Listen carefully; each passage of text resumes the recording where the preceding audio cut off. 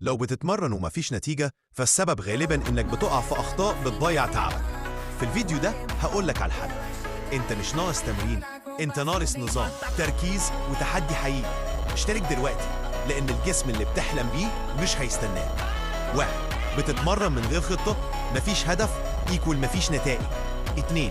بتشيل أوزان خفيفة كل مرة، لو العضلة مش بتتحفز مش هتكبر. 3. بتلعب غلط، التكنيك أهم من الوزن. 4. مش بتاكل كفاية، من غير بروتين كفاية مفيش عضلة هتتبني. 5.